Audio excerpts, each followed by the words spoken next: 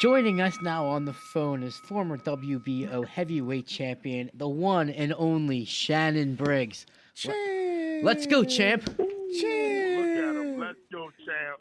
Let's go, champ. Let's go, What's champ. up, fellas? How you doing today? What's up, Shannon? How are you? Ain't nothing, man. I'm good, man. Thanks for having me on. I really appreciate you guys. Yeah, I'm just gonna go off the Wait, top. wait. I gotta go off the top. I gotta ask him. Ed was telling me that you've been FaceTiming Tyson Fury all week since the last fight. Is this true? Yeah, pretty much. I was hitting him up, I was trying to tell him to box. I was like, champ, box. He was like, nah, I'm knocking him out. What were you guys talking about? So he did what he said he was going to do, and he's now he's the WBC heavyweight champion of the world and the heavyweight champion of the world, a man of his word. He definitely did. He definitely went there and put that work in. Yo, but I gotta go straight off topic. I'm throwing this script in the garbage right now. Yo, dude, tell me about the speedboat in Klitschko on the ocean, bro. That shit. Oh my God. Let's go, champ. Let's go, champ. You gotta do the laugh for me first. Laugh for me. Chill, champ, chill. Oh man, listen, he's talking about coming back, man. They talking about he's gonna make a comeback, so I'm lingering around for him too. You gonna chase him around again? All day, champ. I got revenge on my mind. You eat when I eat. Yo, That's Shannon, right. I got revenge on my mind. I would love to say this, man. Like, I love how you reinvented yourself, man. Like, this shit is like crazy what you have done. I even downloaded the game and I was sitting there playing that shit.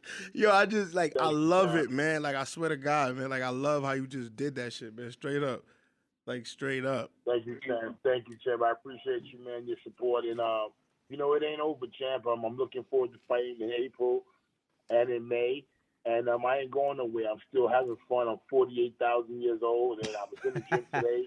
You can check me out on Instagram today. I was getting busy. I posted all my videos. I actually first day back in the gym, and I broke the wall back off the wall. That's what I'm talking about, man. That's what I'm talking about. You the man, Yeah, son. yeah, You the man. So you're fighting again. Who are you looking to fight? Can you tell us a little bit about brother. that? Well, I'm gonna take a couple pies one at a time. You know what I'm saying? I'm gonna fight in April just to stay busy. I'm gonna get the rust off. I've been off for a few years. I've been doing a lot of other things outside of the gym. I'm an entrepreneur, but I'm back in the gym, man, and I'm just feeling good already. I'm going for a run tonight, probably around 3 a.m. I'm gonna go for a 3-mile run, and I'm just feeling if I'm ready to go. I'm ready to, There was rumors that you were looking into knock the bums out. that you were possibly looking into doing bare-knuckle boxing. How's that? Yeah, that's in May. I'm gonna knock the bums Oh, out. That's what I'm talking about. You're definitely doing bare knuckle boxing. Yeah, we talking about it. They're talking about getting their pennies together. If they get the money right, it's a fight. You know what I'm saying? Oh, we're going. We're definitely we're that's going for that. amazing. We're going. I'm gonna be there, champ. That's some Brooklyn shit right there. Bare knuckles. Yeah, bare knuckles is taking off. Bare knuckle boxing is taking off right now. It's hot. It's big right now. I'm excited. Everyone is, and I love the fight. You're about to knock someone out. I feel sorry for whoever you hit with that left hook, bro. I ain't gonna keep it real. Peace out. Teeth out game. The teeth out game. Oh, we gotta go. We gotta. Yeah, go we to that. definitely gotta go to that shit. But Shannon Briggs, as a former heavyweight champion, I have to ask you, what were your thoughts on the Fury and Wilder fight? Oh man, I was quite surprised like everyone else. I mean, our boy went in there and just dominated. He went in there and he really beat him up. But we were actually quite shocked, and I think a lot of people were just left quiet. I mean, because Wilder's still our champion, American heavyweight. You know what I'm saying? Black brother. We all love and support, and we just was like, we was in shock. We were quiet, even though, you know what I mean? I was just like, wow, nobody could believe it for a long time. A lot of people felt sorry for him. I did myself. I felt sorry for him. I think he's gonna be humbled a lot. He got that one trick pony. He can hit hard, but he can't fight on the inside. And At when all. he got 40 or 70 pounds, he would have to be able to fight on the inside. That's. I mean, I actually felt sorry for him too, man. Like, I looked at the Martin memes and shit when he fought Tommy Hearns with Wilder face, the Stretta with the Ninja Turtles and the 50-pound thing. I actually felt sorry because I look at like a lot of these European fighters and they do get knocked out and they fans still cheer them and party and shit with them. You know what I mean? I think we have to do better as Americans and black people to not always down each other. You know what I mean? Well, it's the society we live in as far as with the memes and all that. It is what it is. So we gotta take it as. But he a big boy. He made a lot of money coming from where he came from. You know what I'm saying? He overcame a lot to become a heavyweight champion, one to be reckoned with. And what we may see in the future, I don't know. There was a bad fight. But look, who am I to say? I seen him get beat up, and I was like, damn, it's gonna be hard to come back from that beating. But who am I to say? Because I've seen Pacquiao get knocked out by Marquez and come back and not only win, but win a title and do a lot more things. So who am I to say? You know what I mean? So looking at the heavyweight division behind Wilder, Fury, and Joshua, who else do you see at the top? There's some big boys coming up. Joe Joyce has got a big fight with the boys coming up. You got Big Davey Miller. You got Dylan White. You got some boys that can rumble. I want to see Dylan in better shape in this next fight. I want to see what Big Davey going to do on his comeback. There's some hitters out there, but I still think it's room for me. At 48,000 years old, I still think there's always room for you, champ. There's always room for you. Thank you. So I gotta ask you another question.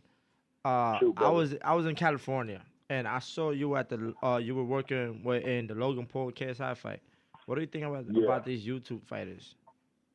Yeah, it was good. It's great for boxing. New interest, new fans. Hopefully, we can snatch up some of those kids to become boxing fans and get more into watching the Devin Haney's and the Ryan Garcias of the world. And it's great for boxing.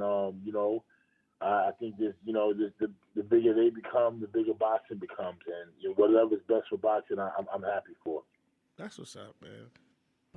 But I gotta say, because in the last fight where the YouTube guys fought, where I believe it was Logan Paul or his brother, one of the guys that fought. So the arena was practically filled up until after they fought, and then when Boo Boo Andrade was up, the arena kind of emptied out. I mean, do you feel like this is like really the direction that we should be going to attract these new boxing fans? Yeah, anything that it takes to get new fans, because when we don't get them, we kind of grow away from what boxing is supposed to be. Getting new fans. I mean, it doesn't matter if we got 10 new fans, great. If we got 100,000 new fans, greater. If we got 1 million, even better. But the fact is, one is better than zero. Some kids will become boxers. Some kids will say, because of the YouTube fighters, they got into boxing and now they watch all the fighters. We can't afford. We got so many other sports out there: MMA, football, basketball, golf, tennis. You got everything out there competing with boxing. We'll take it. We'll take every new fan, and hopefully these guys will become potential managers, boxers, promoters, and just enjoy the sport so it can grow forever. But I gotta ask you now, as a fighter, like, what's your opinion though on fighting like on an undercard of like one of these YouTube guys, or knowing that these YouTube guys, who've spent your entire life devoted to the sport, these guys are now making more money than you in their pro debut? It's okay. I don't care. I don't mind. It makes me no difference. I'm a professional boxer. It's a job for me. I've been doing this since 1988. You know what I'm saying? If the opportunity comes and Eddie Hearn or someone else throws a card, and a guy like Andrade or any guy can get on a card and feed his family, although it's on one of those cards on the backbone or whatever, who cares, man? It's about feeding your family. It's about you're a boxer. You're making money. The more fans, the better. The new fans, the better. When we get caught up in, they're not real boxers, we get caught up in saying, everyone came into this game not knowing anything about boxing, became a fan, and became an eventual commentator or something like that, a boxer or something. We all come from humble beginnings, so you know what? New fans is new fans. If they're going to spend $1 to watch us on pay-per-view and you can feed your family, let's go, champ. Let's go, champ. Chill. You know what I mean? They giving you guys opportunity to talk about potential guys in the future, potential big money coming to the game. When these kids are spending, $20 or $30 on a pay-per-view, man, that's helping the game, champ. You feel me? Yeah. Okay. Yo, champ, what's some of the things you got going on right now, man? Like, you got a documentary coming out. What's up? Brownsville. Yeah, I'm working on a documentary. That sour diesel, everything. I got all that. I suffered from major depression about 10, 11 years ago. I had a nervous breakdown. I was really doing bad. And I was taking prescription drugs, man. It was knocking me down. It was making me feel worse. I actually got fat. I had ballooned up to 403 pounds. Wow. And then I was introduced to cannabis as a friend, as a treatment. I was doing my due diligence, reading about, PTSD, people coming back from veterans coming back from war, people suffering from traumatic injuries, head injuries, and using cannabis. And I started using cannabis, man. I lost 168 pounds. Wow. I started feeling great. Yeah, I got into the business, and we just launched last week. We were in a dispensary in Los Angeles called Litco. And Litco, you can check me out. They said we sold out, so they actually restocking the shelves with Cannon OG. That's the name of the brand. Oh, that's OG. your brand, Cannon OG? Cannon OG? Cannon OG, champ. I need to lose some You weight. get so I gotta high. smoke You some get of so that. high, you start screaming, "Let's go, champ!" Let's go, champ. But it ain't for everybody. Again, I don't push it for everybody. Nah, I can dig it. Something. Yeah, this is something that you have to use. It might not work for you. It may work for me. But it worked for me tremendously. I feel great now. And I'm looking forward to knocking out some pies and becoming heavyweight champion, the oldest one in history to do it. That's what I'm talking about. That would be great. Now you're opening up a gym? Yeah, man. Yes, brother. We're doing things worldwide, man. We're opening up gyms. I'm doing everything you can imagine, man. We have a pharmacy here in Fort Lauderdale, A+ Pharmacy. We have an online membership called Alpha DNA, My Alpha DNA. We doing, you can imagine. I'm an entrepreneur by nature, and then boxing is something I've always, done and kept me alive and saved my life. So, but outside of the ring, I've always tried to, be as business as I possibly can because, boxing is something where it can end in one fight. You feel me? Always. Now, speaking of being an entrepreneur, I was told that you're involved with a company that's about to go public? Quite a few companies. We're doing right Which here. one? I can't give out too much information. That had them off the stew with me. You know what I'm saying? But, we don't want to get in trouble. we're doing some. Yeah, we're doing quite a few big things in the telemedicine business, the cannabis business, data business as well, digital marketing. Check out diversitydigital.com. That's our digital marketing company. We're just really trying to, do the best we can do to be champs, man. You know what I'm saying? Build something for the future and have something else to fall back on. For fighters as well, I look to hire a lot of fighters in the businesses that I start because a lot of times fighters after their career, they fall below the poverty line, man. Right. And they don't have anything to fall back, not even health insurance. So with Alpha DNA, which is a online male membership clinic, we give sort of like insurance for $99 a month for men. So that's the goal, man, is that, as a fighter, help as many fighters and help as many people as I can because it's changed me. It's helped me, man. Giving has helped me. Well, that's really amazing. Listen, I gotta applaud you for that because especially as a fighter, as a former fighter yourself, to have all this going on as something to fall back on is amazing. Because like you said, a lot of these fighters, after they're done with their careers, they really have absolutely nothing to fall back on. They get a pair of mitts. And honestly, what you're doing is just outstanding. And I hope a lot of fighters can learn from you and follow your footsteps in creating something, a plan B, A boxing retirement plan is a pair of mitts inside the gym. Yeah. So we hustling definitely for a applaud couple you for dollars, that. man. But Thank Shannon, you, brother. I know you and Mike Tyson have a very close relationship. You guys are very close friends. Talk to me about that relationship a bit. I know you guys got working on a docuseries together. Yeah. We just did. I just shot his podcast, and it was amazing, champ. It was a great podcast, great opportunity just to sit down with Mike and talk about growing up in Brownsville together. We're from Brownsville, Brooklyn. He's older than me.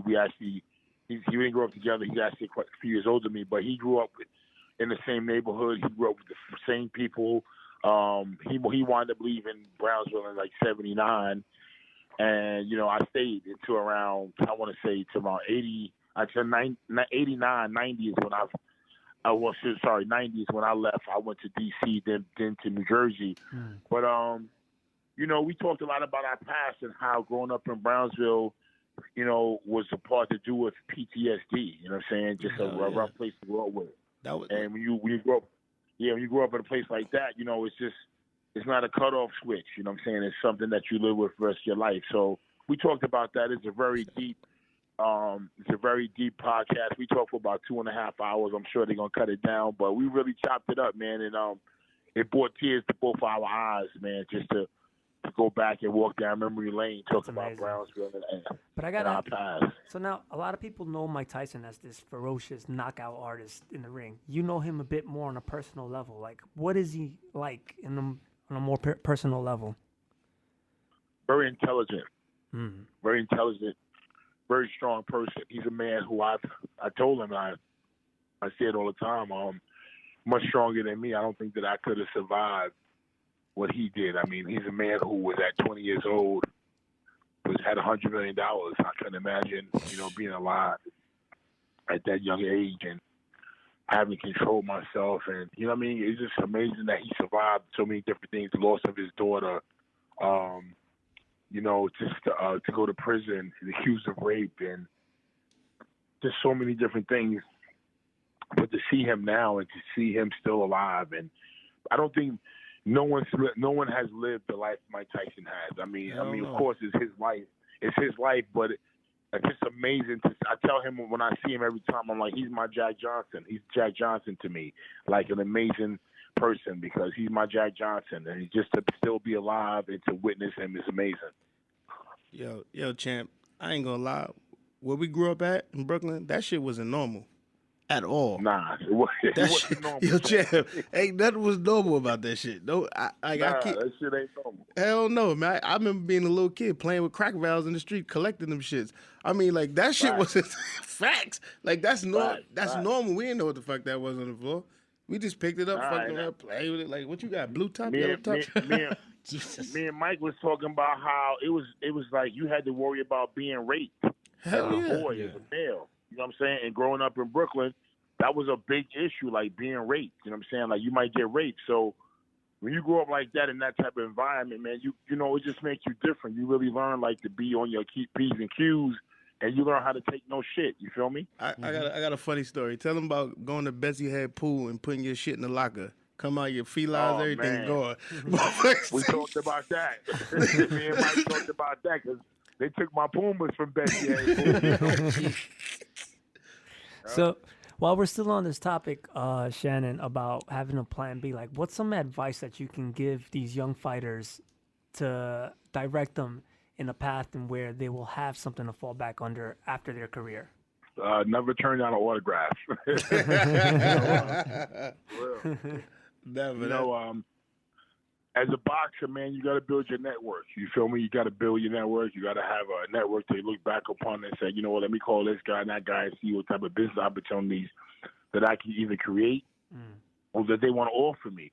And that's the key part. It's almost like being somewhat of a politician. You got to go out there and, you know, give out business cards, take business cards, and that's something I've always done in my career. I've always been I've always loved marketing because I've always had to market myself, you know, whether it's with having the dreads and just, you know, being out there itself, trying to get in movies.